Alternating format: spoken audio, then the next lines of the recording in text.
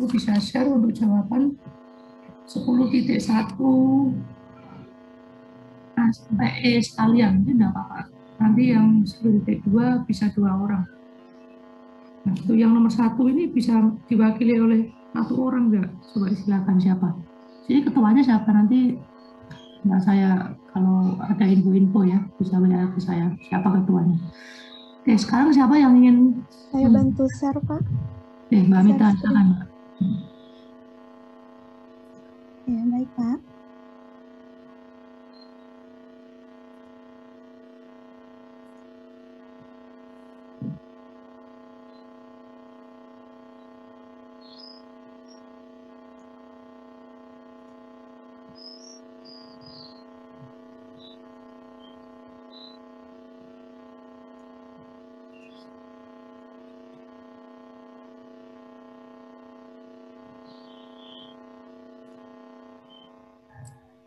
Sudah kelihatan, Pak?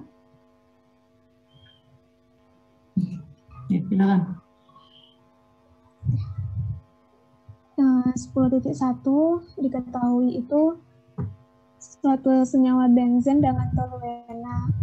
Terus dari appendix 8 yang dari appendix B dari edisi 8, yang pertama itu benzen diketahui A1-nya itu 13,7819, B1-nya 2726,81, C1-nya 217,572.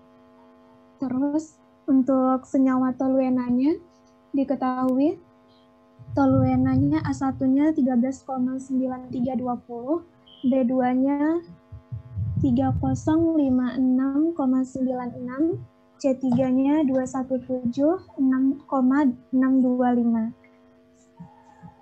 Lalu untuk yang A itu diketahui X1-nya 0,33 dan T-nya itu 100 derajat Celcius.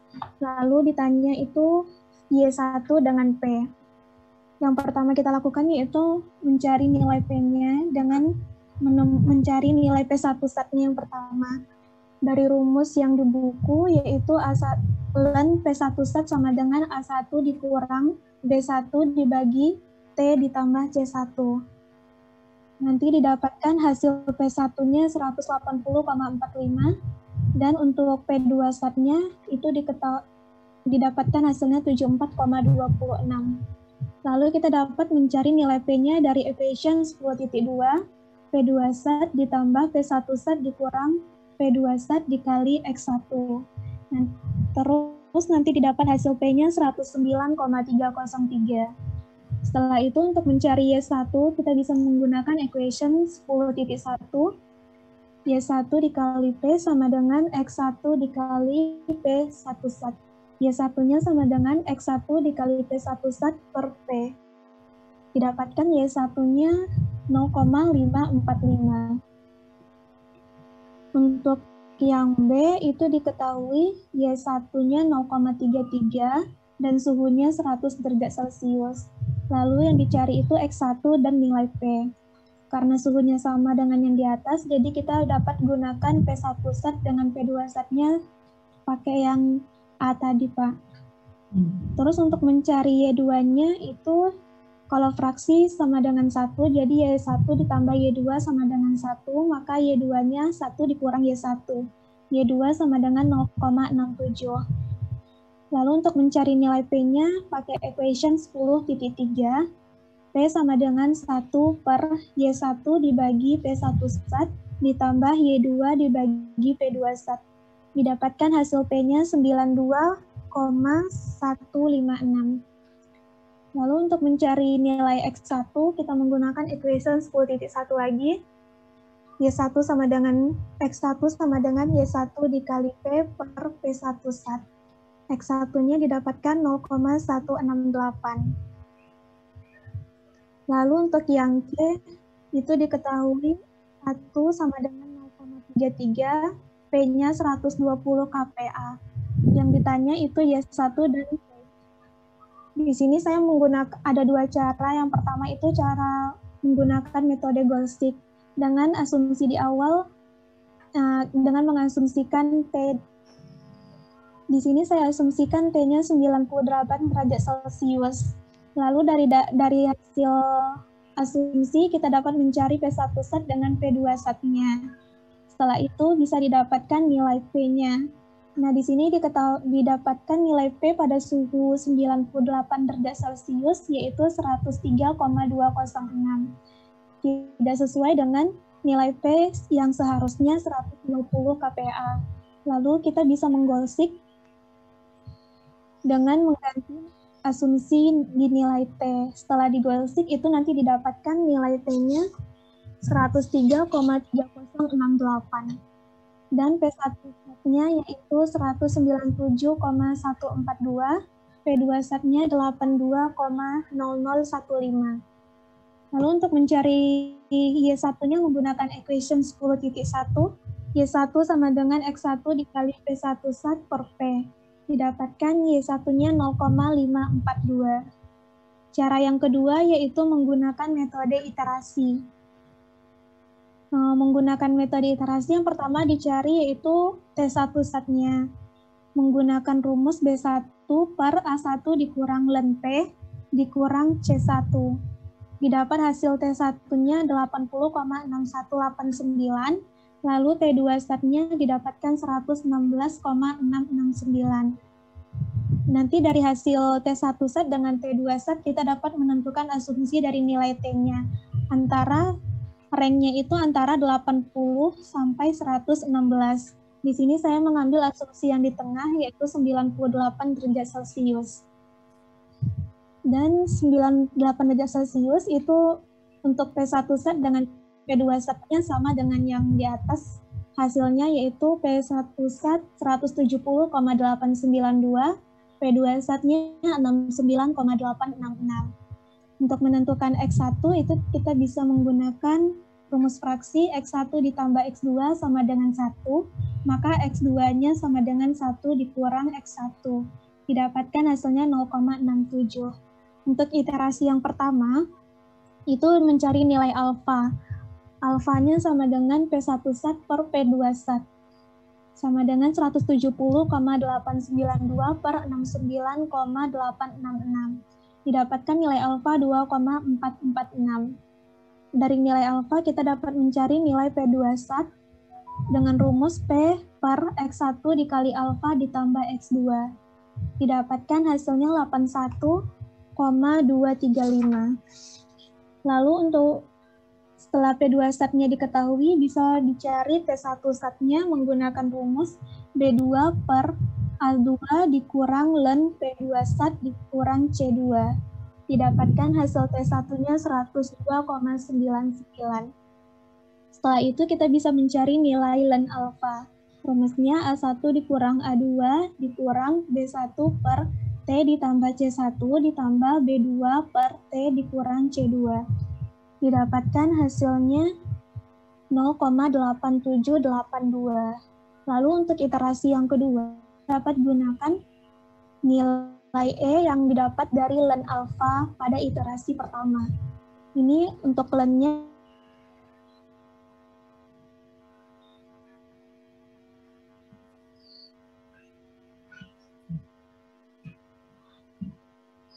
(0,9565) dan mencari nilai T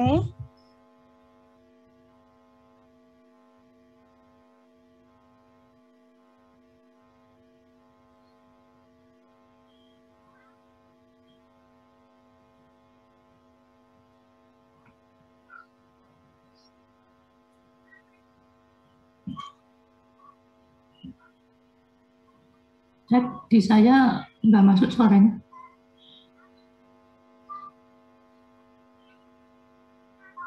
Oke, putus.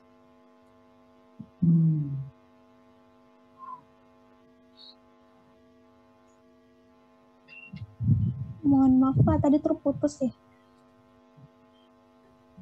Bisa dilanjutkan? Iya baik Pak, izin share screen Pak. Lalu setelah dapat nilai P2 sat pada iterasi kedua, kita bisa mencari T-nya menggunakan rumus yang didapatkan 103,288, lalu mencari nilai ln alfanya kembali. Nanti setelah itu didapatkan nilai T-nya itu konstan pada iterasi ke-8, yaitu 103,3068. Hasil iterasi dengan hasil goal-seek sama. Lalu untuk mencari Y1-nya, itu bisa menggunakan rumus equation 10.1. Sebelumnya kita mencari P1 setnya dulu. Didapatkan 197,148, baru didapatkan Y1-nya 0,542. Untuk soal yang D, itu diketahui Y1-nya 0,33 dan P-nya 120 kPa. Yang dicari X1 dengan nilai T. Yang pertama menggunakan metode goal-seek sama seperti yang di atas dengan mengasumsikan suhu di awal 98 derajat Celcius, lalu didapatkan nilai P1 statnya 170,895 dan P2 statnya 69,866. Lalu untuk mencari Y2-nya kita bisa menggunakan rumus fraksi Y1 ditambah Y2 sama dengan 1, maka Y2-nya 1 dikurang Y1 didapatkan 0,67. Lalu mencari nilai P-nya menggunakan equation 10.3. Didapatkan nilai P-nya 86,7998. Lalu kita goal-seek karena nilai P-nya tidak sesuai dengan P yang seharusnya, yaitu 120 kPa, maka gunakan metode goal-seek dengan mengubah nilai T. Didapatkan dari hasil goal-seek T-nya 109,1308, P1 statnya 229,396. Setelah itu kita dapat mencari X1-nya menggunakan equation 10.1, didapatkan hasilnya 0,1726. Yang kedua menggunakan metode iterasi. Untuk iterasi yang pertama itu saya mengambil asumsi suhunya 98 derajat Celcius. Didapatkan P1 statnya 170,892 dan P2 statnya 69,866. Untuk iterasi yang pertama itu menggunakan rumus yang pertama itu alfa. Alfanya P1 stat per P2 stat. Didapatkan hasilnya 2,446. Lalu kita bisa mencari P1 statnya sama dengan P dikali Y1 ditambah Y2 dikali alfa. Didapatkan hasilnya 236,26. Lalu dicari nilai T menggunakan rumus B1 per A1 dikurang ln P1 stat dikurang C1. Didapatkan hasil T-nya 110,289. Lalu mencari nilai ln alfanya menggunakan rumus A1 dikurang A2 dikurang B per T ditambah C1 ditambah B2 per T ditambah C2. Didapatkan hasil ln alfa 0,8553. Lalu nilai ln alfa kita bisa gunakan untuk iterasi yang kedua. Untuk alfanya kita kembalikan ln-nya menjadi 2,352. Lalu P1 statnya itu menggunakan rumus yang di atas sama seperti yang di atas, P sama dengan P1 stat sama dengan P dikali Y1 ditambah Y2 dikali alfa. Didapatkan hasilnya 228,72. Lalu mencari nilai T-nya menggunakan rumus B1 per A1 dikurang P1 stat dikurang C. Didapatkan hasilnya 109,0156. Baru mencari ln alfanya kembali untuk digunakan ke iterasi yang ketiga. Didapatkan nilai T-nya konstan pada iterasi ke-10 yaitu 109,1308. Dari hasil T-nya kita dapat mencari nilai X menggunakan equation 10.1 dengan mencari nilai P1 statnya terlebih dahulu. Didapatkan nilai X1-nya 0,1726. Untuk yang E itu diketahui T-nya 105 derajat Celcius dan P-nya 120 kPa. Yang ditanya itu X1 dengan Y1. Dari suhu 105 derajat Celcius kita bisa mencari nilai P1 statnya. Didapatkan nilai P1 stat 206,141, P2 statnya 86,205. Lalu untuk mencari nilai X1 bisa menggunakan equation 10.2, P sama dengan P2 stat ditambah P1 stat dikurang P2 stat dikali X1. Jadi X1-nya sama dengan P dikurang P2 sat per P1 sat dikurang P2 sat. Didapatkan nilai X1 sama dengan 0,2817. Lalu menggunakan equation 10.1, Y1 dikali P sama dengan X1 dikali P1 sat. Maka Y1-nya X1 dikali P1 sat per P. Didapatkan nilai Y1-nya 0,484. Sudah, Pak? Oke, baik. Terima kasih, Mbak Mita. Mungkin ada tanggapan dari yang lain. Gimana? A sampai E ya. Akan ada tanggapan. Coba bisa scroll ke atas lagi, Mbak, untuk yang A. Kita review sedikit. Untuk yang bagian A, ini perhitungannya apa? Double atau ju? Iya, Pak. Bagian A. Untuk bagian A itu bubble P, Pak. Bubble P. Bubble P. Ya. Sudah betul, caranya sudah betul juga. Cuman Mbak Mita ini menggunakan edisi 8 dan nilai ABC-nya untuk Antuan agak sedikit berbeda, tapi tidak apa-apa, ternyata hasilnya nggak terlalu berpengaruh. Begitu. Ya, kalau di edisi 6 itu kan tabel konstanta Antuannya ada di tabel 10.2. Saya lihat ada sedikit perbedaan, tapi nggak masalah. Yang penting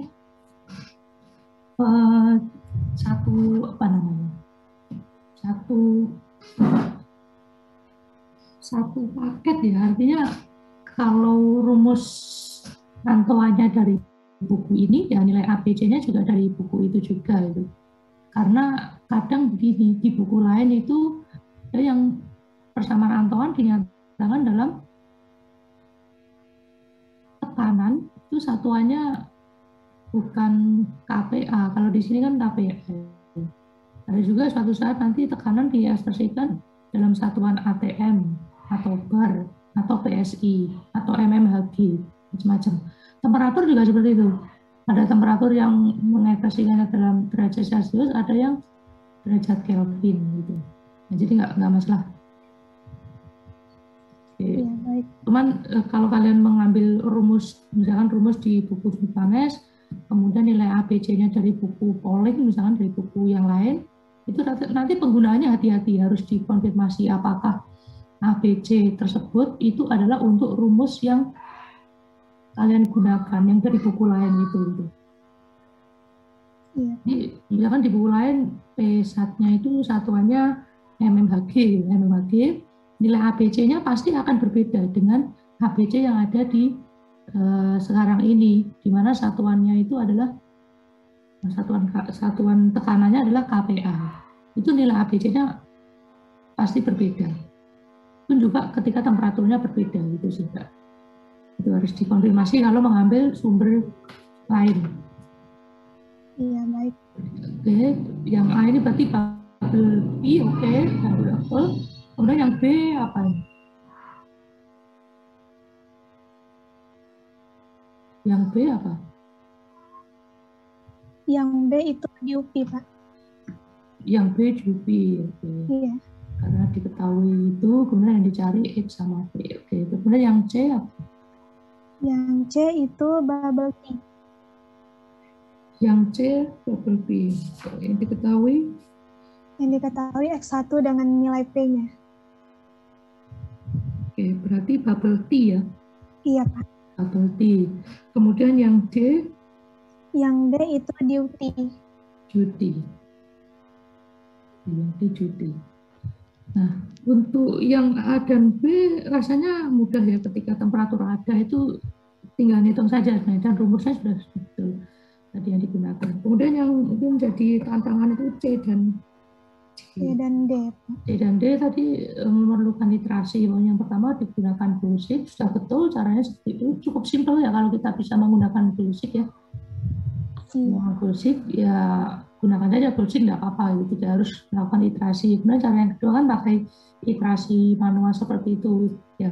Iterasinya juga sudah betul caranya.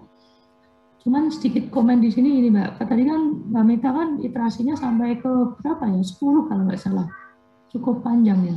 Iya, Pak. Kalau yang pertama itu 8. sampai 8. 8. Ya.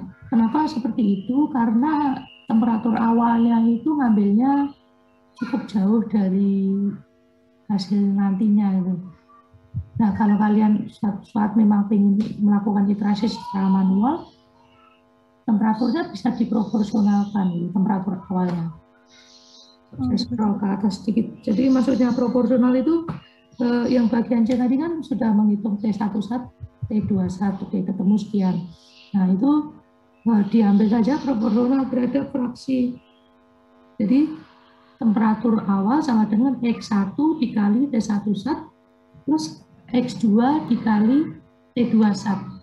Nanti jatuhnya berapa ya sudah pakai temperatur awal itu. Dengan pendekatan seperti itu biasanya iterasinya akan lebih cepat.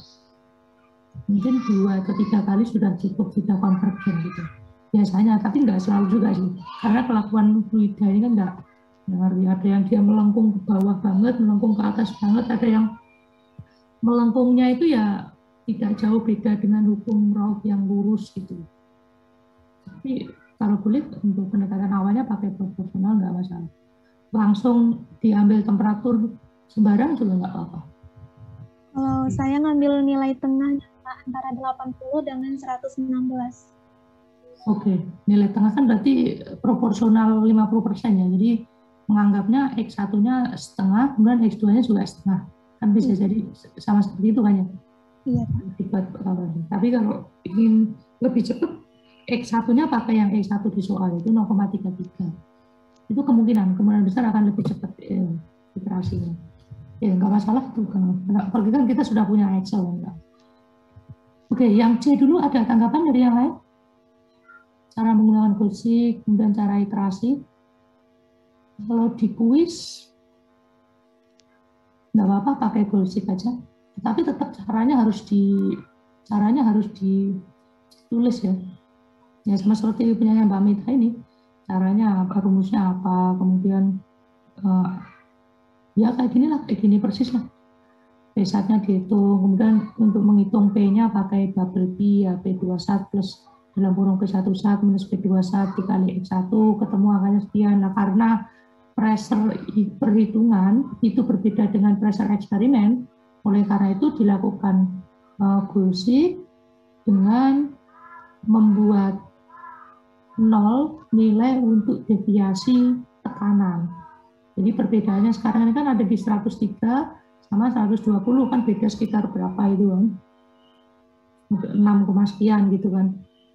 Nah, nilai 6, sekian itu dinolkan ini. Dinolkan dengan mengubah apa? Dengan mengubah temperatur. Karena temperaturnya tadi masih asumsi di awal. Sudah nanti dia akan ketemu temperaturnya berapa dan deviasinya akan mendekati 0. Setelah itu P ketemu, menghitung Y-nya juga pakai hukum Raoult di 1. Oke, sudah yang lain sudah jelas bisa ya menggunakan Gaussian ya. Nanti saya tunjukkan kalau atau nanti saya review sedikit saja buka Excel saya. Oke, kemudian yang D berarti apa itu?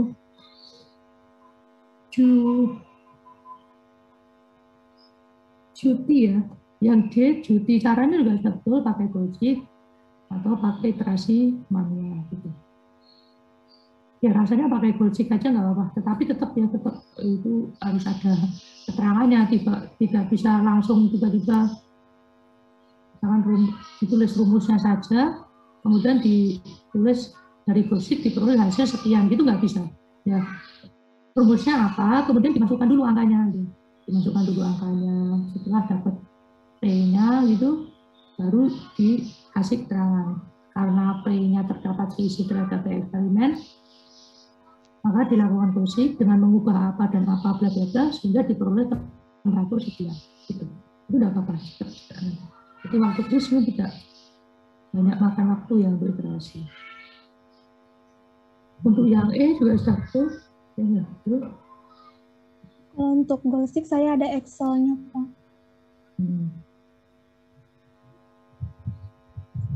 Yang lain gimana? Sudah jelas atau belum untuk menggunakan Gaussian? Boleh Mbak Mita kalau ingin menunjukkan tunjukkan Excel-nya itu bagaimana cara melakukan closing gitu. Iya, baik.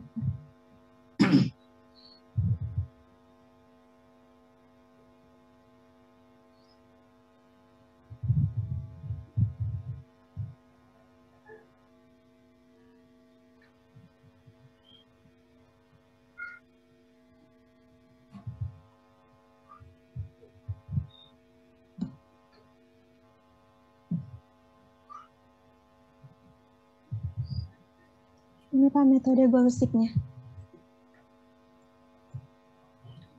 Yang pertama saya asumsikan subscribe-nya itu 98. Nanti dari 98 bisa dicari pusat dengan P2 step-nya. Menggunakan rumus yang ini. Setelah dapat, baru mencari nilai P-nya. Di sini nilai P-nya itu 103,206. Berbeda dengan nilai P yang sudah diketahui. Nah, itu saya goal seek.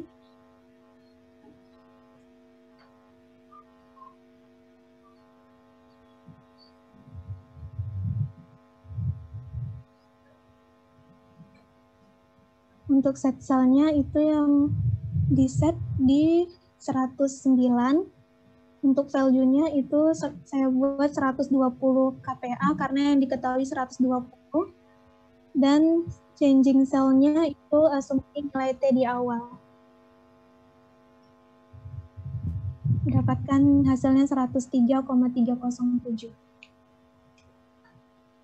Ya, betul. Seperti itu bisa, atau mau dibuat selisih antara P perhitungan dengan P eksperimen juga nggak apa-apa. Nanti selisihnya yang dibuat nol, nggak masalah. Iya, itu bisa juga, Pak. Oke. Kemudian yang D juga mirip ya. Cuman rumusnya pakai PQ sekarang. PQ ketemu P-nya berapa, itu disamakan dengan P eksperimen dengan mengubah temperatur. Oke. Udah betul? Ya, baik, Pak. Saya stop share ya, Pak. Ya, menurut saya untuk kuis dengan cara goal seek aja nggak apa-apa. Tapi itu tadi ya, dengan catatan awalnya itu harus ditulis, dimasukkan angka-angkanya dulu, setelah itu baru di goal seek nggak apa-apa. Ya. Tapi kalau ingin iterasi manual juga nggak apa-apa. Ya, terima kasih Mbak Mita untuk nomor 1, sudah betul. Kemudian yang titik 2, silakan. Mungkin 2 orang ini, A dan B, siapa? Mencoba. Selamat, silakan.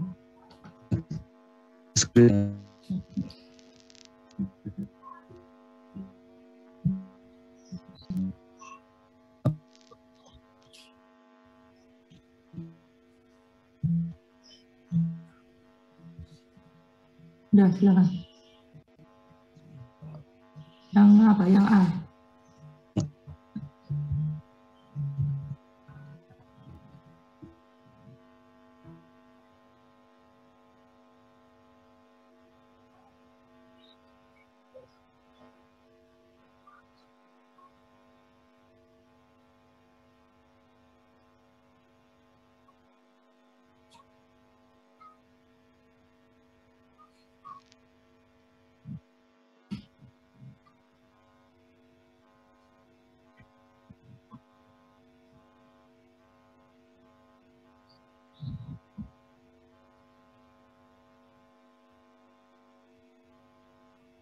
Iya.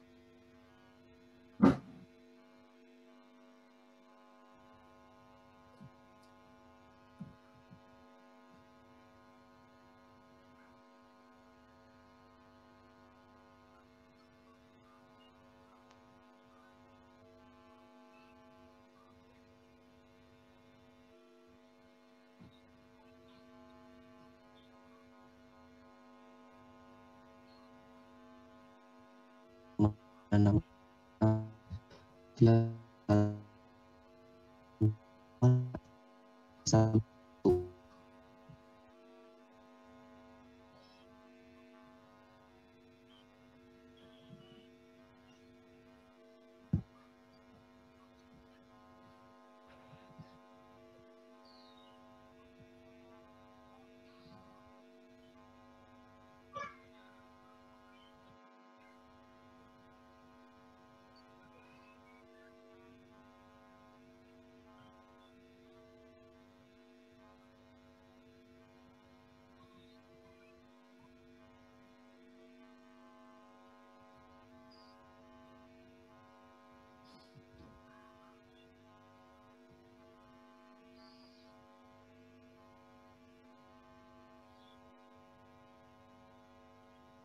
Nah, saya salah sedikit, Mas Ahmad, coba scroll ke atas di grafiknya. Nah, sekalian dijelaskan itu yang garis atas sama garis yang lengkung bawah. Itu apa kalau gitu Mas ini?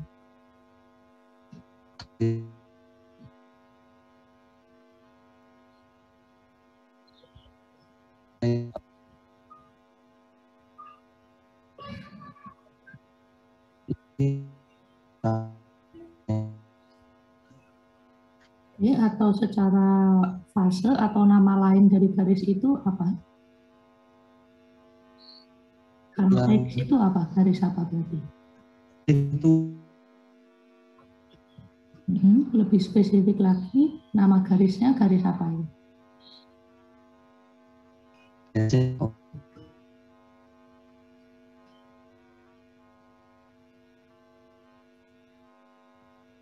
Bukan, maksudnya ada jadi garis yang lurus itu kan PX ya, PX1, kemudian yang lengkung bawah itu PY1, itu ada namanya kok. Garis PX1 itu apa itu?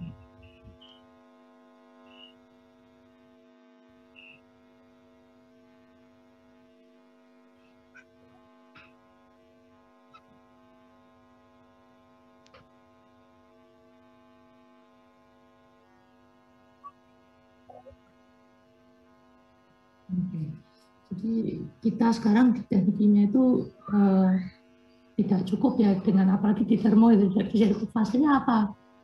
Fasenya liquid itu mesti nggak cukup. Fasenya apa? Liquid. Fasenya apa? Vapor. Itu nggak cukup bagi kita sekarang. Tapi kita mengenal liquid ada dua, liquid subpool atau saturated liquid. Itu secara fisiknya mungkin ya sama-sama liquid, tapi secara aplikasi perhitungannya sangat berbeda sekali. Jadi yang kita pelajari ini hukum Raoult, kemudian hukum Henry itu adalah hanya untuk titik-titik sepanjang garis. Tidak berlaku untuk subpool liquid, tidak berlaku untuk superheated vapor.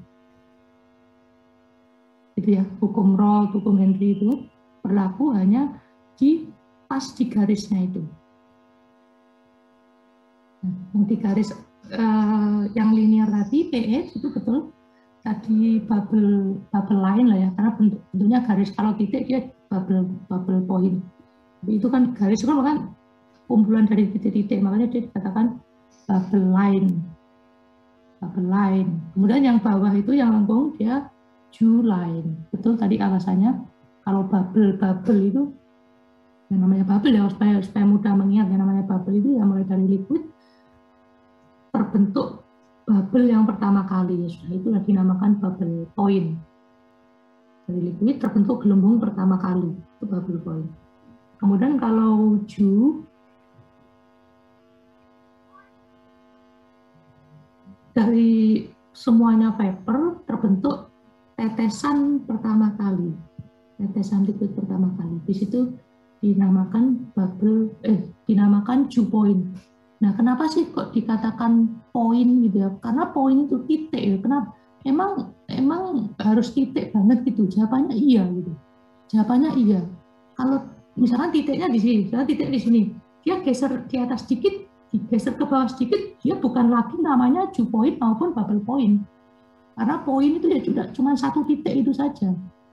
Contohnya kalau dia murni ya, kalau air murni Kalau ini kan kasusnya campuran ya, benzen etil benzen. Kalau murni, kalau mudah untuk supaya mudah membayangkan, air kemudian kita direbus. Nah, pada pressure 1 atm pada suhu 100 derajat Celcius. Nah, disitulah suhu itu dinamakan suhu bubble point sekaligus suhunya dew point karena dia murni. Kalau murni itu dia tidak ada bubble, tidak ada dew, tapi yang ada ya boiling point gitu aja, boiling point. Tapi kalau campuran dia ada dew, ada bubble. Nah, coba kalau tekanan 1 atm suhunya itu 101, suhunya 100,0999 derajat Celcius. Dia bukan lagi boiling point.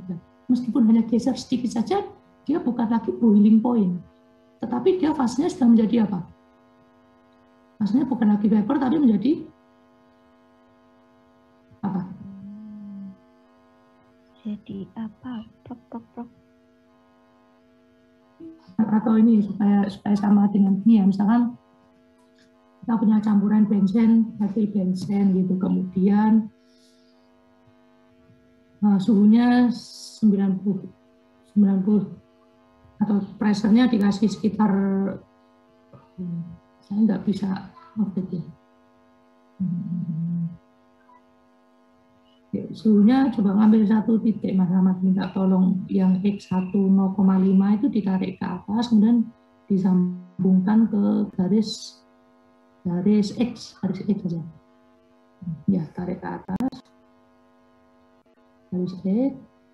Berhenti di titik situ. Nah, di situ kan kira-kira P-nya katakanlah sekitar 70 ya, katakanlah ya. 70 itu. Jadi kita punya campuran benzen etil benzen, X1-nya itu 0,5 ya.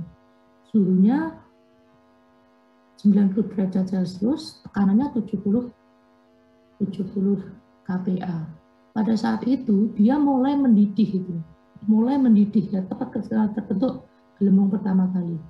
Nah, pada saat gelembung pertama kali, gelembungnya ini lama-kelamaan kan dia membentuk vapor kan. Vapornya makin lama makin banyak gitu. Nah, vapornya itu memiliki komposisi berapa gitu.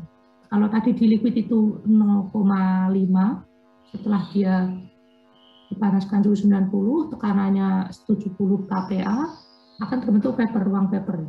Nah, vapornya ini memiliki komposisi. Komposisinya berapa?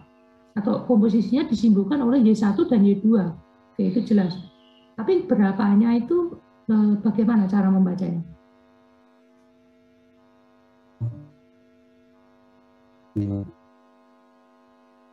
Ya, coba berapa itu? Tarik kali ke kanan. Ini kurang lebih nggak apa untuk estimasi segitu. Nah, kemudian ke bawah sekitar 0,83 gitu misalkan. Nah, sehingga dengan skema ini, kalau ada benzen etil benzen yang X1-nya itu 0,5, tentunya X2-nya juga 0,5. Itu vapornya itu memiliki komposisi Y1 sebesar 0,83, artinya fraksi benzen di vapor itu 0,83.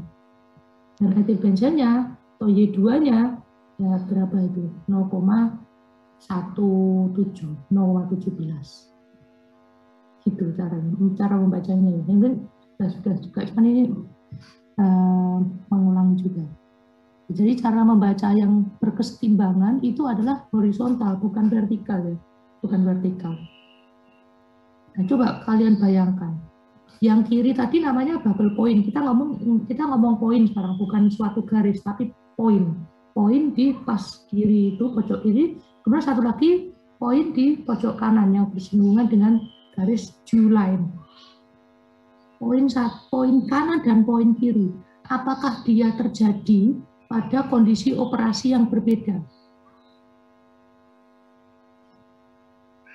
atau pada kondisi operasi yang sama? Poin kiri itu sama poin kanan. Dia terjadi secara fisiknya terjadi pada kondisi operasi yang sama atau berbeda?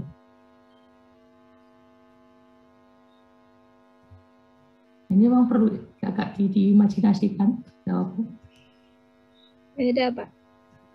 Berbeda, Mbak Ada, alasannya apa?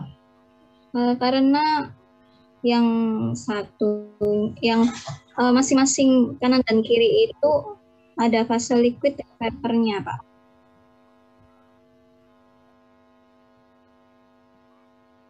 Oke. Yang kiri itu 100% liquid, yang kanan 100% vapor. Secara fisik memang titik kiri dan titik kanan itu fisiknya beda. Yang kiri itu liquid, yang kanan vapor. Fisiknya memang seperti itu. Tapi kita chapter 10 ini ngomong kesetimbangan vapor liquid. Kalau namanya kesetimbangan vapor liquid, berarti dalam suatu ruangan, katakanlah ruangan tertutup gitu ya, atau dalam panci tertutup, ada liquid, ada vapor, dan keduanya ini berkesetimbangan. Nah, kesetimbangan ini terjadi pada kondisi operasi yang sama atau yang berbeda dalam hal pressure temperaturnya tentunya. Gimana? Tadi jawabannya Mbak Ada, betul, memang secara fisiknya itu berbeda fasenya. Tapi kedua fase tersebut terjadi pada kondisi operasi yang sama atau berbeda. Ada pendapat lain?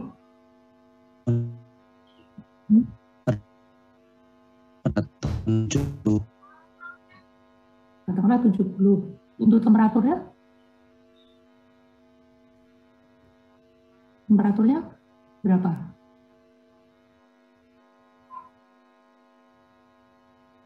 Ya sudah hampir betul, sudah mengarah ke sana. Ini saya kasih gambaran supaya ketika menghitung itu sebenarnya yang kita hitung itu apa gitu loh, supaya lebih bisa dipahami secara fisiknya.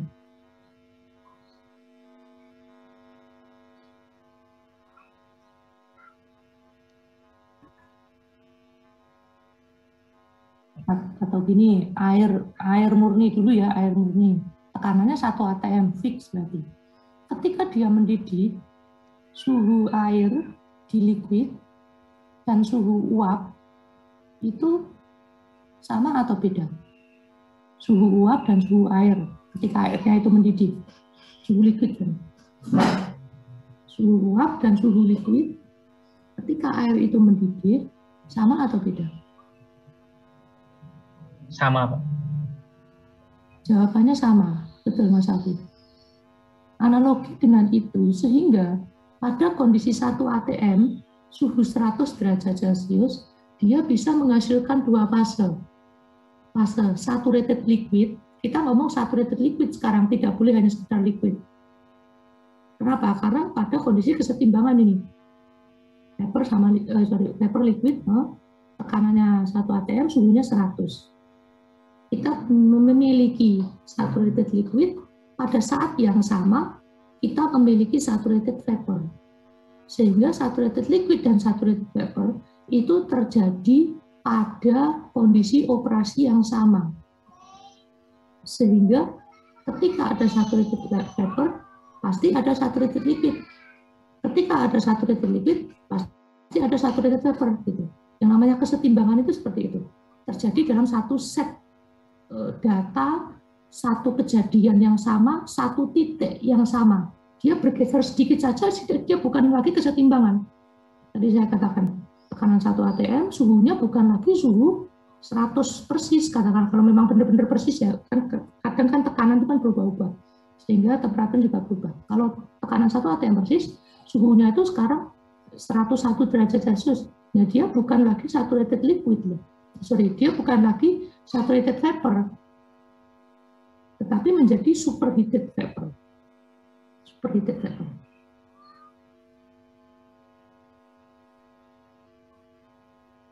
Oke, nah sekarang kembali ke sini.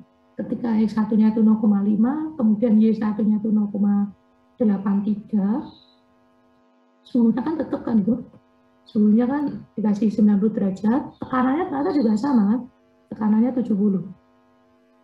Nah, sehingga pada tekanan 70, pada temperatur 90 derajat, campuran ini dia akan membentuk kesetimbangan. Liquidnya setengah, kemudian vapornya 0,83 bensin. Gitu. Jadi ya memang kesetimbangan itu ada dua fase gitu. Tapi kita masih ngomong masalah fasenya. Kita belum ngomong masalah jumlahnya ya. Berapa jumlah liquid, berapa mol, berapa jumlah vapor, berapa mol. Nah, itu nanti pembahasannya di nanti.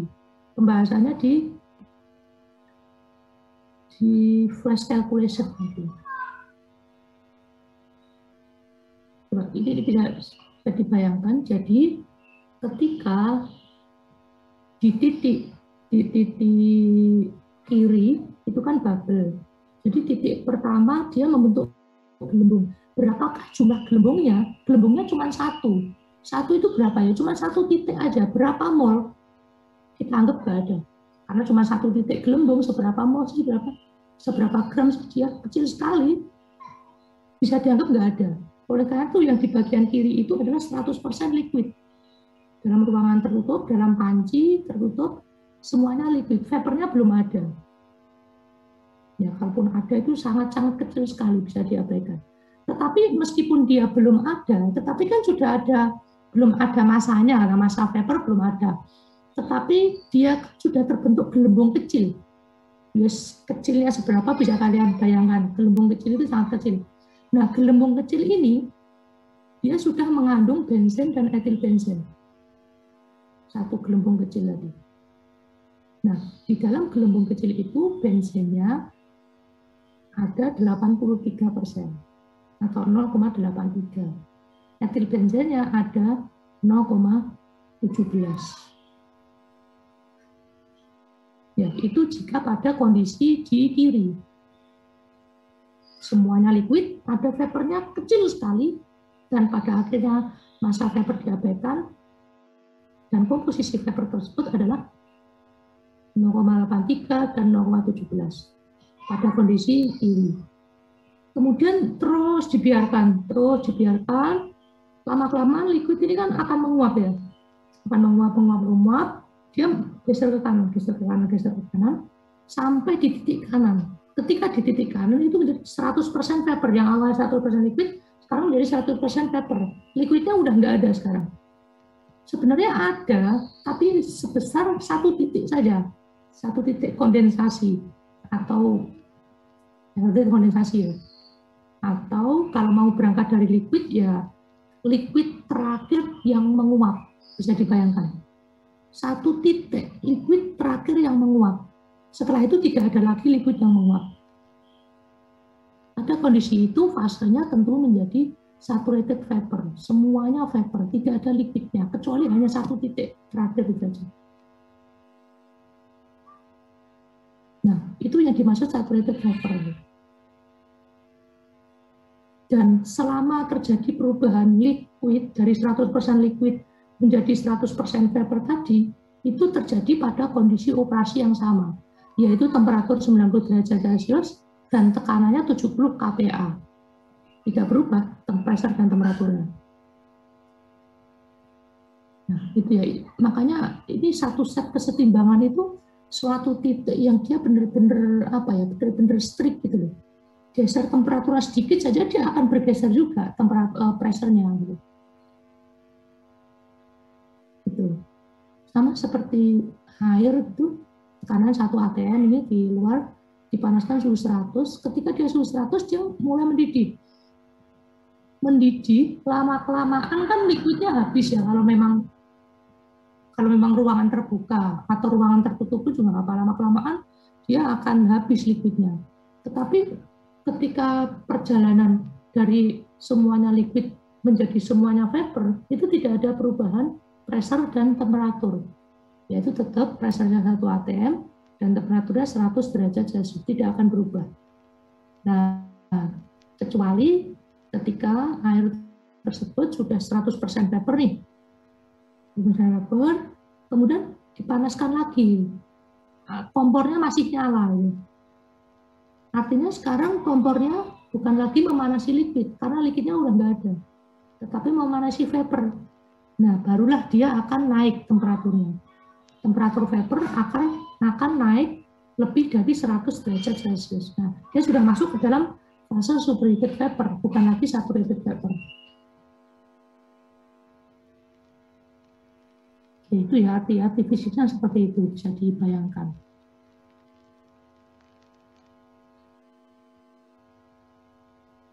Nah, makanya yang kita hitung itu sebenarnya satu set itu tadi. Misalkan ketika X1-nya diketahui 0,5 dan temperaturnya 90 derajat Celcius, berarti kan perlu menghitung Y1 dan P kan. Kalau secara grafik berapa Y1, berapa P-nya tinggal ditarik horizontal aja. Y1-nya 0,83, P-nya katakanlah 70, sudah selesai. Nah masalahnya tidak selalu kita itu memiliki grafik untuk campuran yang bermacam-macam gitu.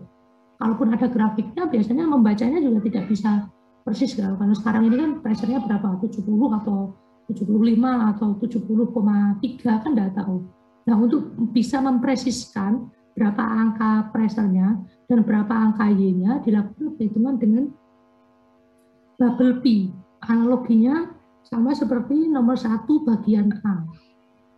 Ketika X1 0,5, di sini 0,33 ya, dan temperaturnya 100 derajat, di situ temperaturnya 90, berapakah nilai Y1, berapakah nilai P? Itu kalian sudah hitung pakai bubble P calculation, dan cukup mudah. Tapi secara fisiknya dia digambar di grafik seperti itu, tarik garis horizontal. Itu sih. Jadi kita punya empat fase kalau saya ngomong, subliquid, bawahnya lagi saturated liquid yang pada saat bubble line itu saturated liquid, kemudian saturated vapor yang melengkung bawah itu, kemudian yang bagian bawah superheated vapor. Atau mau tambah satu lagi campuran antara vapor dan liquid yang di antara kedua garis bubble line dan dew line itu tadi.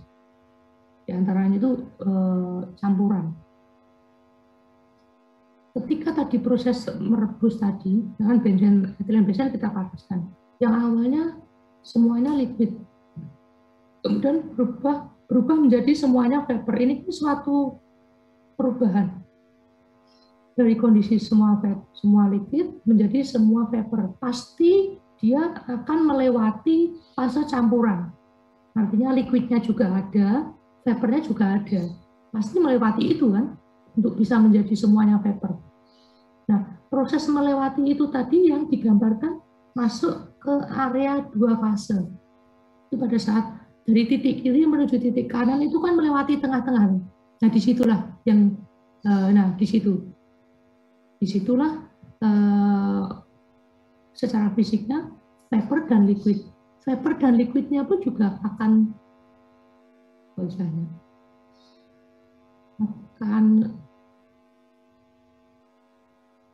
berubah masanya gitu.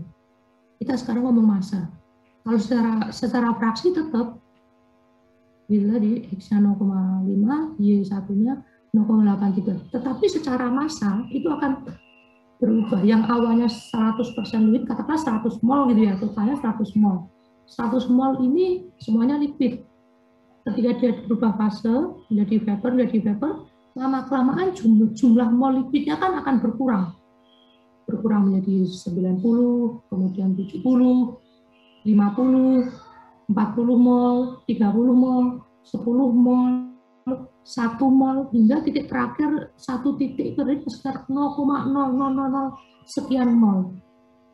Nah, proses perjalanan itu tadi yang itu direpresentasikan dari grafik itu bergeser ke kanan sampai menyentuh titik kanan, sehingga pada saat titik kanan itu semuanya vapor, tidak tersisa lagi liquid. Kalau di antara kanan dan kiri itu sih kita ngomong jumlah masanya atau jumlah molnya.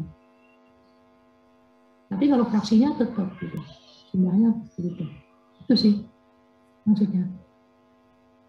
Oke, ada pertanyaan dari sini. Tadi mumpung di sini saya tambahin penjelasannya. Oke, jelas. Sekarang bisa di Mas Ahmad tadi sampai mana ya? Sampai itu ya. Itu nanti kalau gambar bisa ditambah keterangan saturated liquid, saturated vapor, kemudian di dalamnya itu vapor tersebut. Tambah itu. Oke, terus sekarang bisa dilanjut. Selanjutnya untuk dengan jangka itu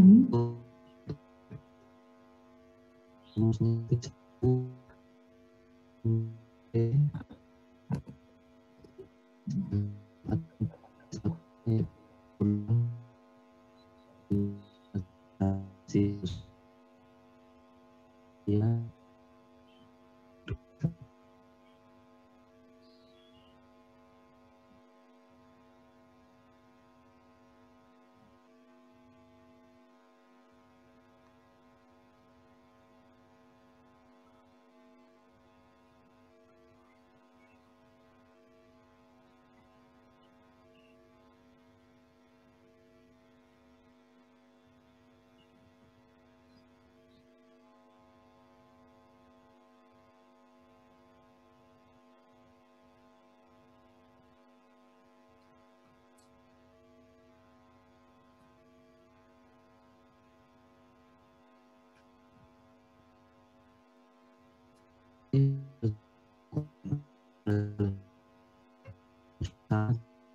Dua sampai satu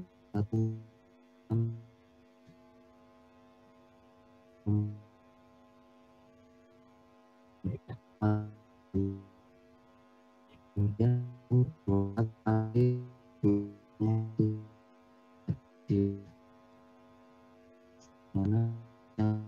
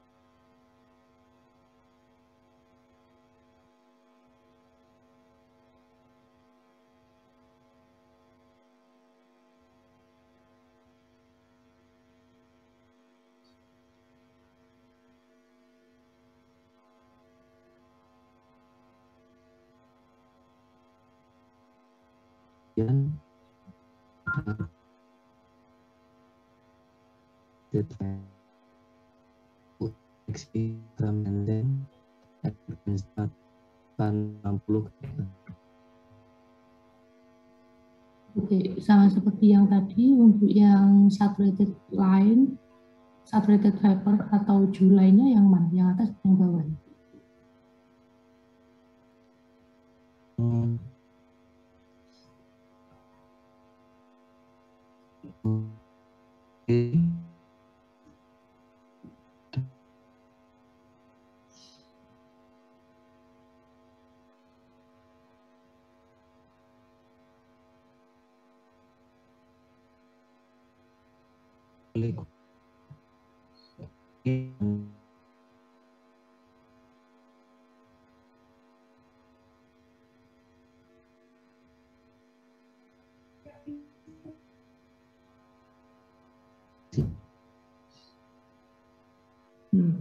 Julan itu sama dengan saturated line ya, saturated vapor line.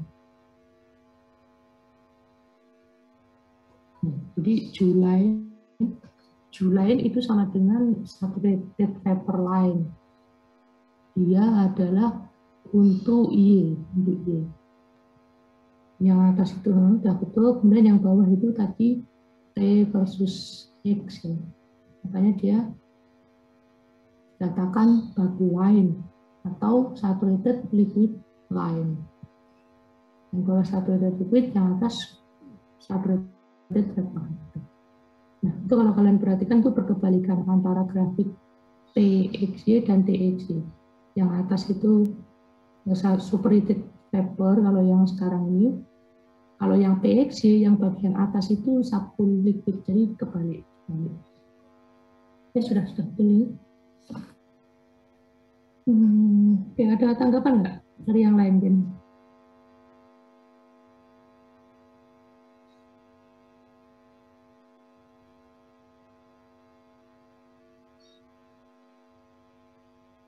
Coba kenapa atau gimana caranya?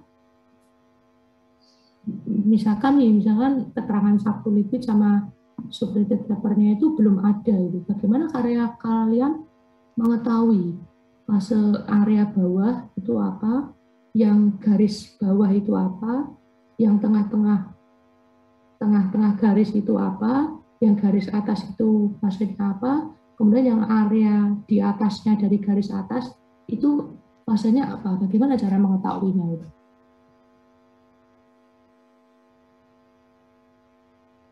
Gimana cara mengetahuinya?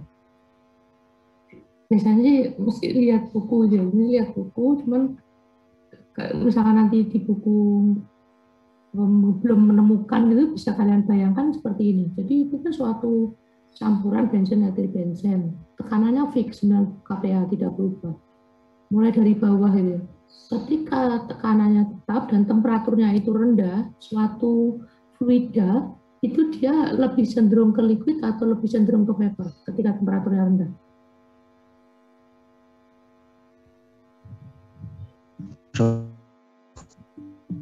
Ya, cenderung ke liquid, sehingga yang bagian bawah itu kita isi subcooled liquid.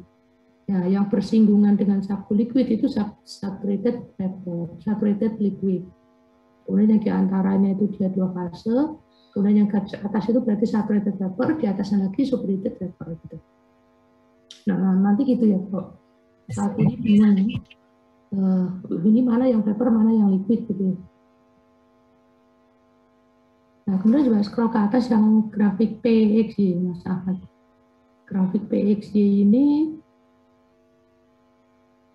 nah suatu saat juga gini, nah ini mana nih yang saturated liquid, mana yang saturated vapor gitu kan.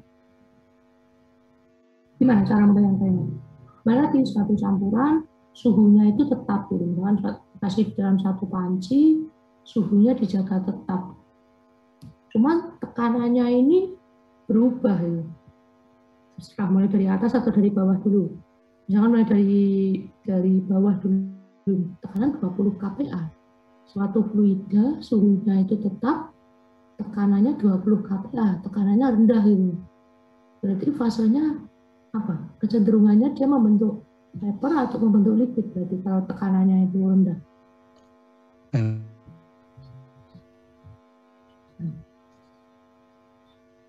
Tekanannya vapor ya. Jadi itu. Coba ini bisa dibayangkan nggak tanpa melihat grafik itu berarti akan suatu fluida suhunya tetap, tekanannya diturunkan. Maksudnya tekanan diturunkan itu ya secara fisik bisa kayak disedot pakai pompa vakum gitu ya. Disedot terus sampai tekanannya itu rendah sekali, 20 kPa. 20 kPa ini kan rendah sekali ya, kalau satu atm aja dia 101,325. Kalau ini 20 kPa, berarti udara yang ada di dalam, katakanlah di dalam panci tersebut, itu udaranya dikeluarkan semua ini. Nah, kalau udaranya dikeluarkan, berarti yang awalnya tadi liquid ini akan cenderung menguap gitu. Kenapa? Karena tekanan rendah itu artinya vakum. Vakum itu artinya jumlah udara yang ada di dalam sistem tersebut itu berkurang. Kalau berkurang berarti ada ruang kosong di situ. Nah, ruang kosong itulah yang ditempati oleh molekul-molekul campuran, dalam hal ini benzen sama etil benzen. Nah, awalnya ada liquid, karena di atasnya ada space kosong, secara natural dia akan bergerak. Nah, pergerakan ini yang menyebabkan dia menguap. Tuh. Jadi kalau temperatur tetap, tekanannya itu rendah, itu kecenderungannya liquid itu akan menguap. Berarti yang di bagian bawah sudah betul, itu areanya superheated vapor. Yang bersinggungan dengan area superheated vapor tentunya saturated vapor. Nah, di atasnya lagi campuran, di atasnya lagi garis saturated liquid, di atasnya lagi subcooled liquid gitu. Kalau saya gitu sih cara mengetahui. Soalnya kan kadang grafik itu ditampilkan dalam TXT atau PXT dan kadang kita lupa. Ini mana yang liquid, mana yang vapor nih gitu. Oke, sudah betul sih cara mengerjakannya sudah betul untuk mendapatkan PXT dan TXT. Ada tanggapan nggak?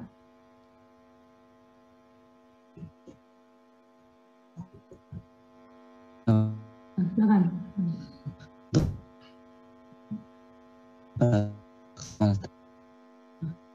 Diturunkan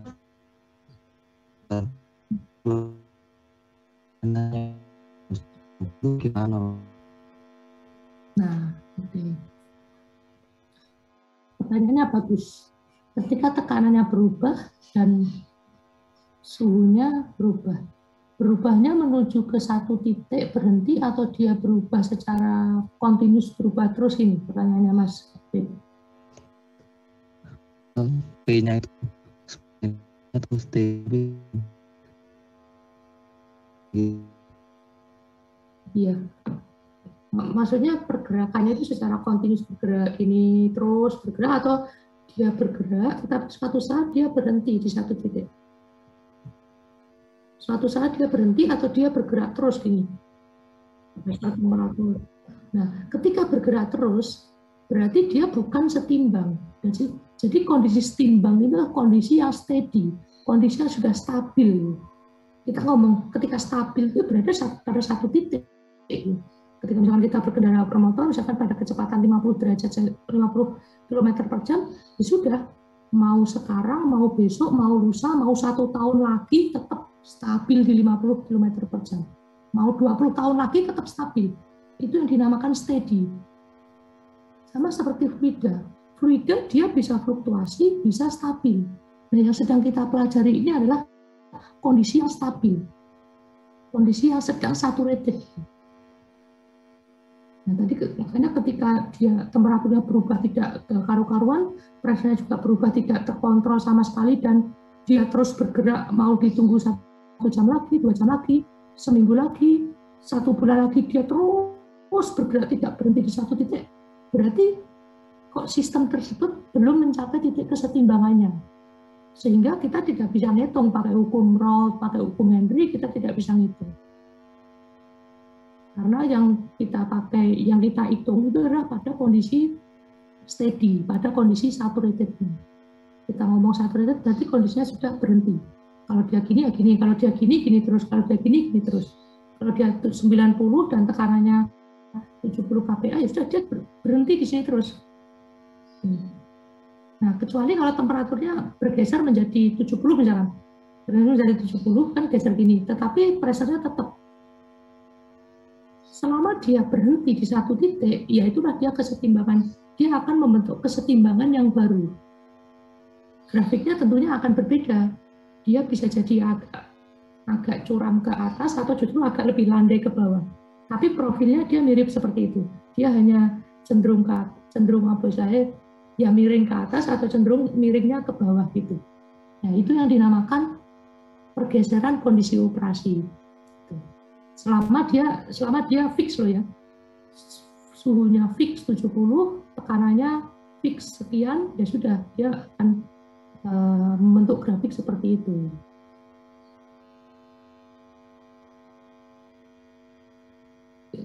Gimana Mas Habib? Makanya yang sedang kita pelajari adalah suatu sistem yang berhenti sebenarnya, bukan suatu sistem yang dinamis.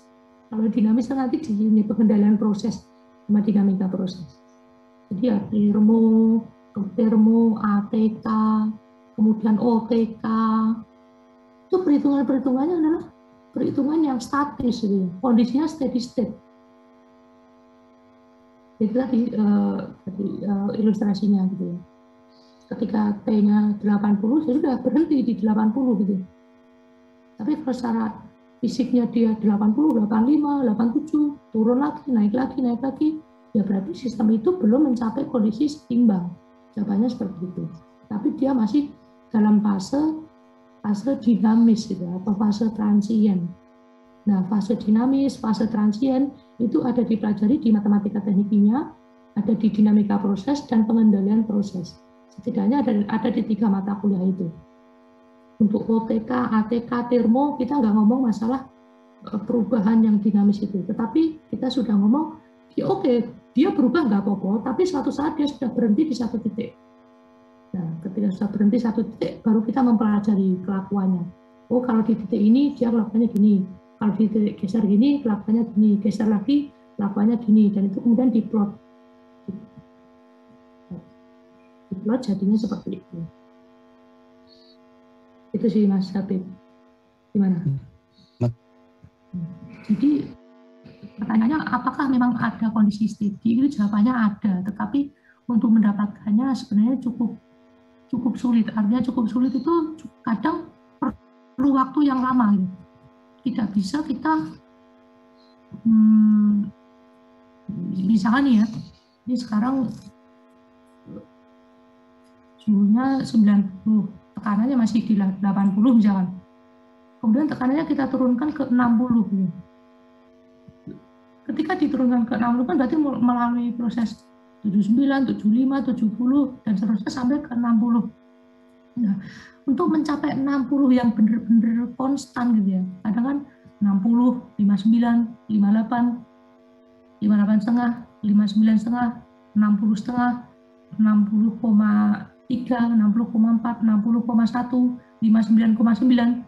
Selama dia bergerak, meskipun hanya kecil gitu ya, selisih ada toleransinya lah ya, kalau 0,1 derajat sih masih oke, nggak apa-apa, kita anggap bahwa itu sudah berhenti. Tapi kalau dia selisihnya masih setengah derajat, 1 derajat, itu ya belum dikatakan belum steady, dia masih bergerak. Nah itu berarti secara eksperimen kita tunggu terus sampai dia benar-benar di 60, ya 60,1 nggak apa-apa lah, 59,9 oke lah, nggak apa-apa, kita anggap sudah steady. Gitu. Secara eksperimennya dia seperti itu, ada di eksperimen di lab termo. Untuk mendapatkan data semacam ini perlu waktu yang cukup lama, ya bisa 3 jam, 5 jam hanya untuk satu titik ya, hanya untuk satu titik, kadang bisa lebih dari itu.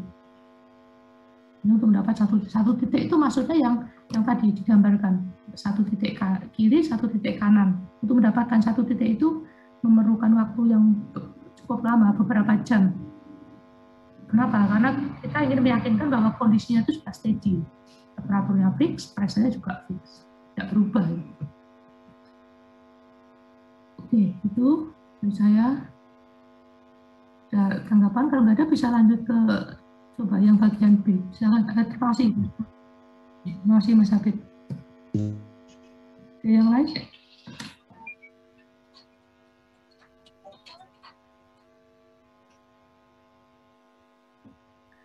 Oke, lanjut. Siapa yang bagian B? Atau yang bagian B mungkin saya share punya saya aja, karena kan caranya sebenarnya sama. Tapi komentar saya yang caranya Mas Habib itu mungkin sampel perhitungannya cukup 1 kali aja gitu Mas. Nggak perlu banyak. Tadi kan sampel perhitungannya ada banyak ya, ketika temperatur sekian gitu. Tapi cukup sekali aja, cukup, setelah itu dimasukin di Excel.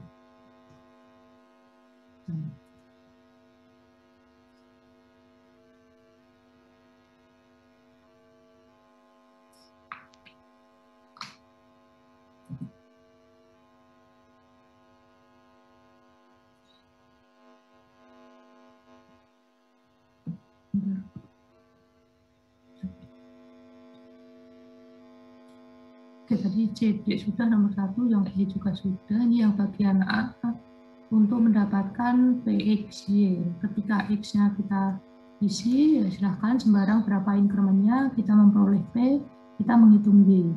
Oke, sudah gampang, kita plot jadinya seperti ini. Yang atas PX, yang sini Y. Kemudian untuk yang TXY, jadi TXY ini ada dua cara ya. Jadi memang lebih mudahnya begini. Memang lebih mudahnya yang tadi dibuat oleh Mas Habib tadi. Kita isi aja T-nya sembarang. Kemudian setelah T dapat kan tentunya bisa menghitung P1 sat. Kemudian juga bisa menghitung P2 sat. Nah, itu P.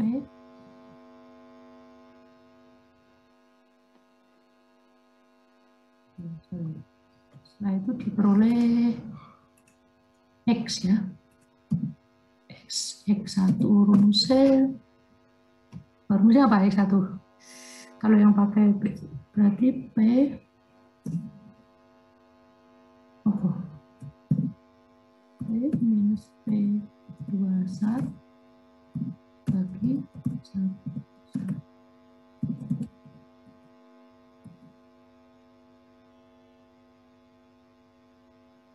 Rumusnya P bubble itu loh. Rumusnya P bubble kalau menghitung X1 gimana? Iya, Yang Pak, ini benar. bisa betul ya? Di halaman 342, di bawahnya equation 10.2 itu. Jadi X1 sama dengan seperti ini. Nah, setelah X-nya dapat, baru kalau yang ini sih cara trial, nggak apa-apa. Ini kalau buat grafik sih bebas, mau cara trial atau mau enggak masalah. Ini nanti baru Y1 gitu. Y1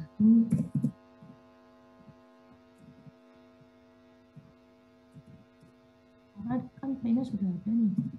P-nya udah. P-nya 90 kPa.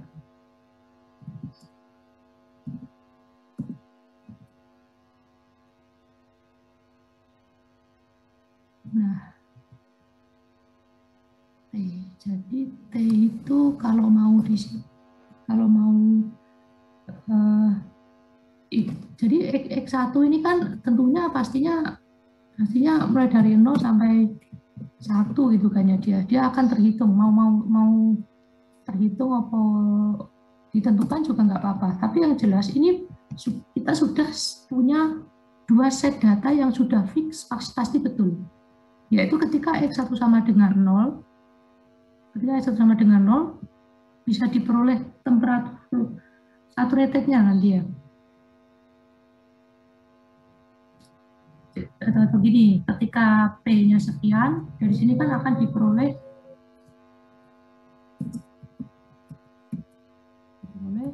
T1 sat dan T2 sat. Nah, maksudnya T1 sat, T2 sat itu apa? Jadi maksudnya kalau T1 berarti temperatur ketika komponen satunya murni. Ketika komponen satunya murni. Berarti di sini di bawah. Ini di tengah-tengah belum kita isi, tapi kita sudah punya titik X1 sama dengan 0, X1 sama dengan 1. Yaitu kita isi T1 sat. Jadi T1 sat itu adalah temperatur sistem ketika X1-nya sama dengan 1, artinya murni. Ini juga di sini. Ini sudah 2 pasang data loh. Ini 1 pasang, kemudian ini pasang yang kedua. Nah sekarang yang berikutnya ini terserah. Kalau tadi caranya Mas Habib adalah diisi sembarang. T2 satnya berapa Mas Habib? Ini saya bisa lihat sih. 131 sekian ya. Ya kurang lebih akan segini sih.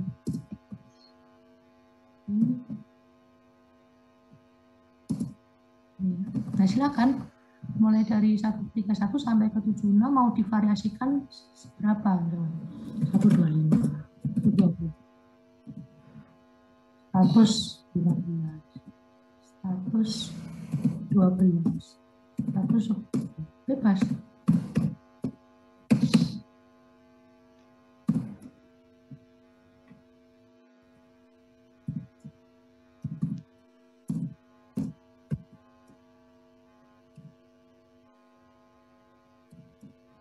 Misalkan seperti ini bebas, incrementnya berapa? Bebas. Sudah dapat, kalau T-nya dapat kan ngitung P1 sat, P2 sat bisa ya, pakai hitungan, kemudian ngitung X-nya, ini akan ketemu, kemudian Y-nya juga akan ketemu, sehingga pada akhirnya punya data T, X1 dan Y1 kemudian diplot. Cuman kalau dengan cara seperti ini memang simpel, tidak perlu iterasi, tidak perlu pakai Glussig atau solver. Tetapi kelemahannya adalah nilai X1 yang dihasilkan itu akan mengikuti hasil perhitungan. Tidak bisa kita minta di sini X1-nya tertentu, misalkan sini 0,1, tidak bisa. Kita tidak bisa minta X1 di sini 0,1 karena kita menentukan temperaturnya. Berarti ngalah nanti, X1-nya akan ngalah. Ya bisa, angkanya bisa sangat desimal sekali, bisa koyong ini misalkan. Di sini juga misalkan ya hasil dari perhitungannya. Ini juga misalkan kayak gini hasilnya, tidak bisa bulat kayak ketika kalian membuat PX. PX kan X-nya sesuai keinginan kita, gitu ya. Sesuai keinginan kita. Kalau di sini yang sesuai keinginan kita adalah temperaturnya. Untuk nilai X-nya ngalahin, ya, ngalahin. Jadi X-nya akan terhitung. Terhitungnya seberapa, mau desimal kayak apa, ya itulah hasilnya. Gitu. Kemudian diplot. Enggak masalah kok, enggak masalah. Karena kan yang dimintakan grafik ya, bukan nilai temperatur pada X tertentu, bukan gitu kan. Ini sudah jadinya seperti ini. Nah, lalu bagaimana kalau memang menghitungnya kalian bermula dari nilai X yang ditentukan gitu. Nilai X yang ditentukan. Berarti namanya apa ini? Ketika X ditentukan dan P diberikan, berarti perhitungannya apa ini? X ada, P ditentukan. Yang dihitungkan berarti T, berarti belakangnya pasti T. Cuman bubble atau Judy, coba apa?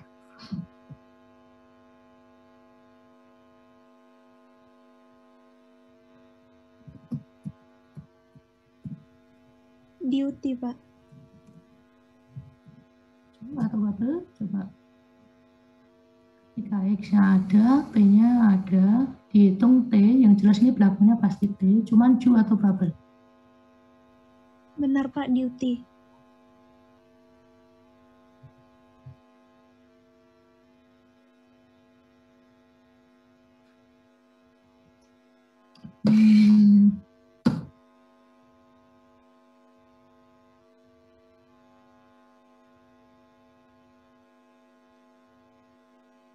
Masa? Coba dicek lagi.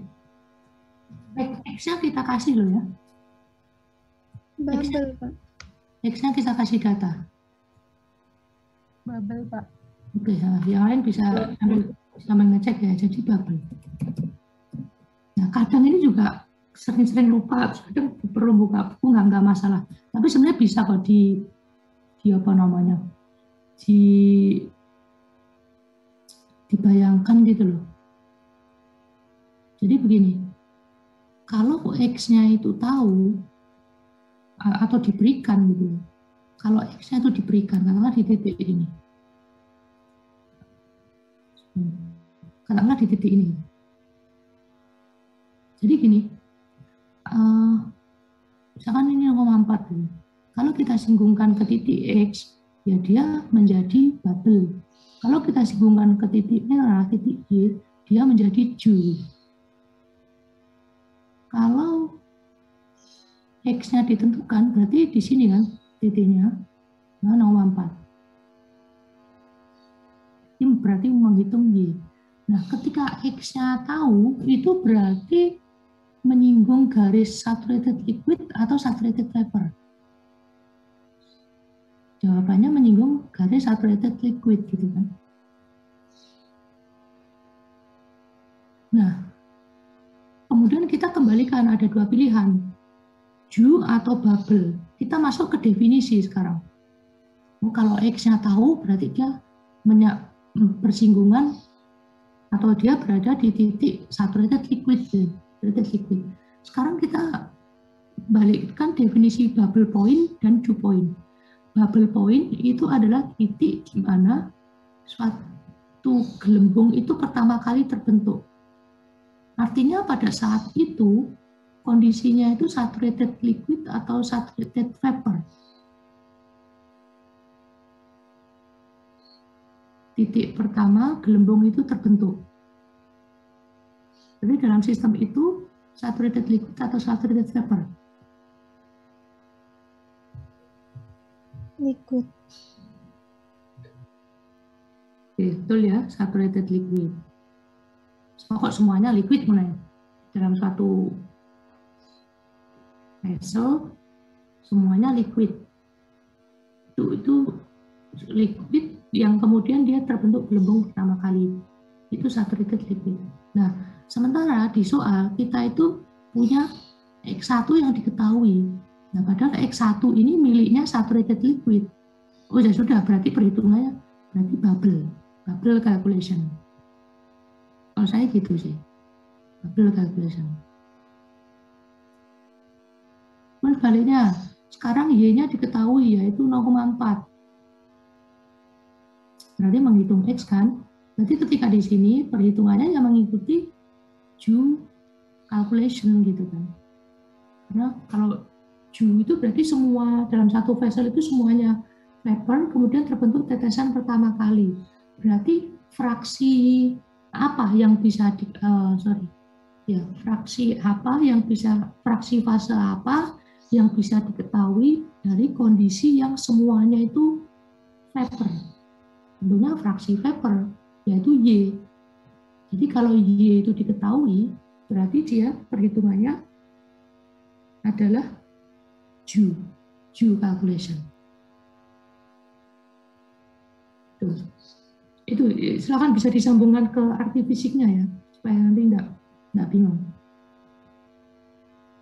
Kalau Y-nya diketahui, berarti dia di sini, berarti Joule calculation. Kalau X-nya diketahui, berarti X-nya di sini, berarti bubble calculation. Karena ini bubble line, ini Joule line. Nah, berarti di sini X-nya diketahui, oh X itu punyanya liquid, berarti saturated liquid. Saturated liquid itu adalah kondisinya bubble point, gitu. Sehingga di sini bubble T. Kalau T itu yang dihitung, yang belakang ini yang dihitung. Dia mau T atau P tergantung. Kalau diketahui P berarti yang dihitung T, berarti belakangnya T gitu aja. Kalau yang diketahui T yang dihitung P, berarti belakangnya P gitu. Nah, kalau seperti ini kita bisa minta mau X berapapun kita bisa minta gitu ya. Minta temperaturnya ini mau di-buffer apa langsung dihitung pakai T21 nggak apa-apa sih. Ini sebaiknya pakai T21 aja, pakai perhitungan T21 yang dari Antoine tadi. Yang sini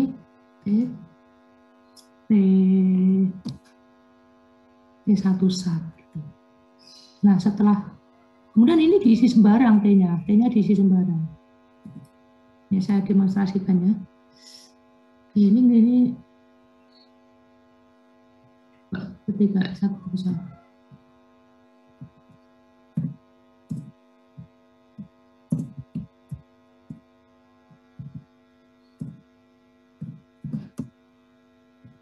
Isi sembarang.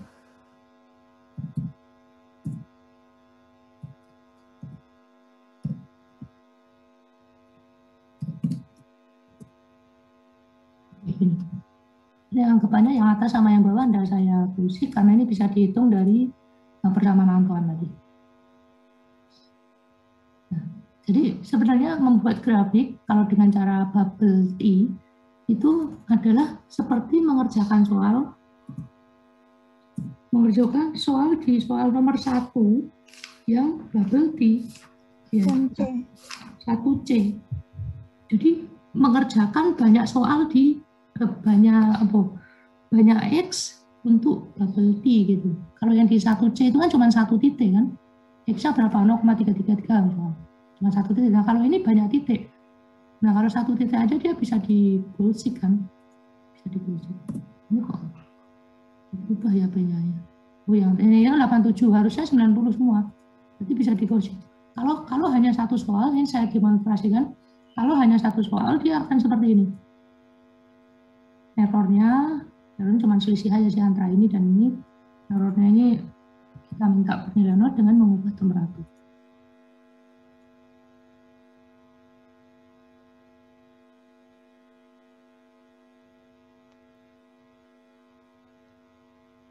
Kalau lama pertama dia ada yang keliru nih. Nggak, ada yang keliru nggak?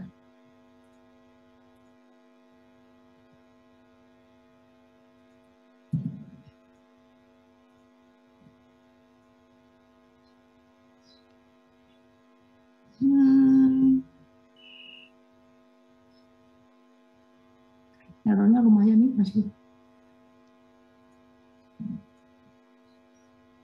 Oke, pokoknya intinya gitu. Coba ketika yang lainnya, yang barangkali lebih cepat. Bisa cross-check, bisa solver.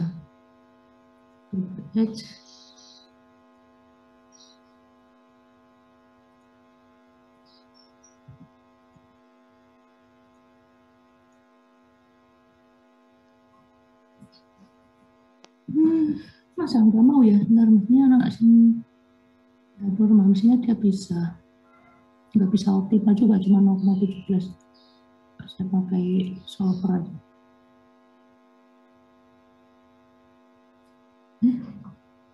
Solver saya belum ada. Nah, menunjukkan solver option.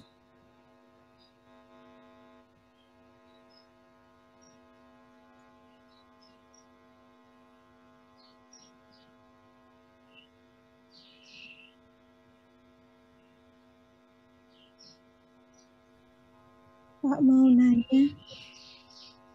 Gimana? Kalau misalnya itu yang di Goalseek dengan tujuannya itu yang P90% bisa juga nggak sih Pak? Bisa, itu juga bisa. Nggak masalah. Yang tujuannya di sini, nilai di sini nilainya 90 bisa. Nanti yang berubah tetap nilai T-nya kan Pak? Yang berubah P-nya dan T-nya, tapi tujuan akhirnya yang berubah temperaturnya. PP-nya nanti akan menjadi 90 juga. Iya.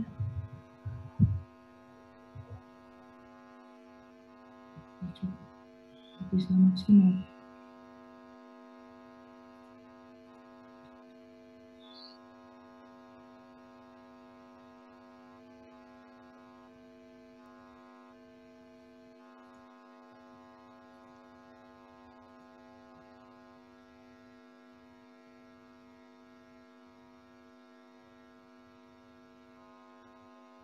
Ini misalkan sel ini nilai 0 dengan mengubah ini.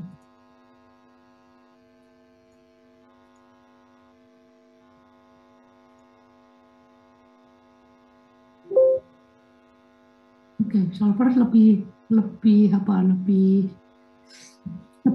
ya untuk iterasi daripada Goalseek. Ini. Nah, jadi satu persatu di solver atau di Goalseek. Cuman masalahnya kalau satu persatu itu akan lama gitu. Oleh karena itu kita total saja errornya ini. Yang errornya macam-macam ini kalau di total harus 0 juga gitu ya. Karena kalau di sini 0, makanya di setiap baris dia akan 0 juga errornya, akan mendekati 0. Oleh karena itu kenapa di sini saya kasih absolut gitu ya. Supaya tidak saling menghilangkan. Karena nilai 0 di bawah ini nantinya itu bisa diperoleh dari 7, sekian sama minus 7,292. Jadi kita hilangkan tanda negatif yang ada di sini. Semuanya kita positifkan. Makanya pakai absolut sini ABS. Ya, saya pakai ABS. Nah, kemudian kita solver bareng-bareng. Nanti akan berubah semuanya secara bersamaan.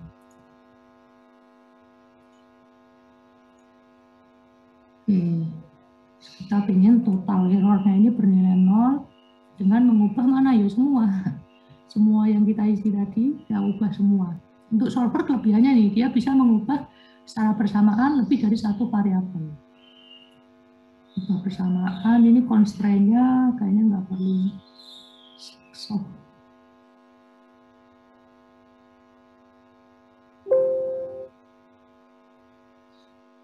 Oke, kita lihat errornya kecil.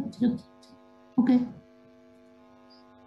Nah, jadilah temperatur yang sudah sesuai itu. Di mana P-nya terpenuhi semua 90, errornya sudah kecil. Kita lihat grafiknya akan kembali smooth. Nah, itu kalau kalian memakai bubble T gitu. Bubble T yang secara bersamaan. Nah, di sini kalian bisa minta nilai X berapa, itu kalian bisa minta. Tapi kalau dengan cara seperti ini, betul-betul juga nggak ada masalah. Dan justru malah lebih simpel, tidak perlu iterasi. Tetapi kelemahannya kalian tidak bisa minta nilai X di sini berapa. Nilai X-nya ya apa adanya dari hasil perhitungan. Berarti. Ya, kalau untuk mensolver secara bersamaan itu dibuat absolut semuanya supaya tidak saling menghilangkan. Karena 0 itu kan sebenarnya bisa diperoleh dari katakanlah dia minus 7 sama 7. Ini kalau ditotal kan ya 0. Totalnya 0, sudah 0, tapi dalam kenyataannya masing-masing baris errornya sangat besar sekali, 7 gitu. Nah ini dihilangkan, nah, itu dikasih aja ABS. ABS itu absolut ya. ABS.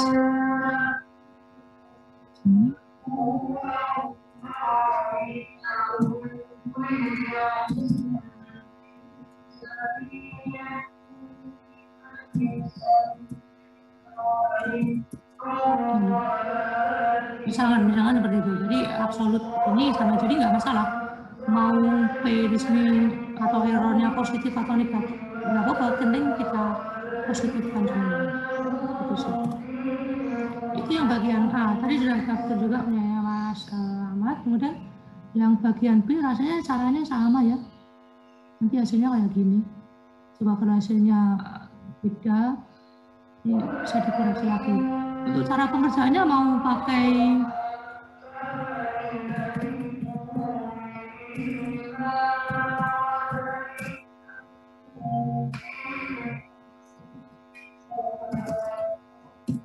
ini pakai T juga.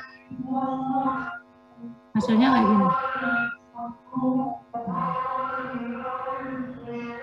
Oke, dari situ ada tanggapan nggak? Jadi nanti tugasnya ini dikerjakan saja, nanti minggu keberapa nanti saya minta dikumpulkan akumulatif ya, tugas mulai dari awal sampai akhir. Mungkin chapter 10 itu nanti ada beberapa kali tugas, nanti dikumpulkan minggu keberapa nanti saya infokan. Oleh karena itu setiap minggunya tetap mengerjakan tugas ya, supaya ringan nantinya pada saat mengumpulkan ya tinggal kolek saja, tinggal dikumpulkan tugas-tugas sebelumnya gitu.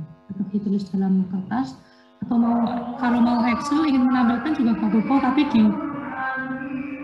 di capture kemudian dimasukkan dalam PDF itu nggak apa. Itu sih. Ada tanggapan?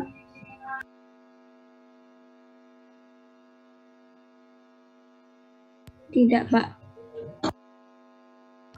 Baik, kalau nggak ada saya cukupkan saja untuk soal 10.13 itu kali nanti ya awal kita bahas. Itu saya rasa juga penyelesaiannya tidak terlalu rumit ya, tapi tetap secara fisiknya kita diskusikan ya.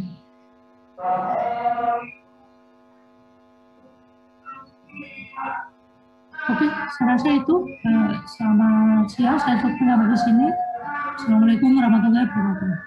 Waalaikumsalam warahmatullahi wabarakatuh. Terima kasih, Pak. Tolong ketua kelas menghubungi saya ya setelah ini.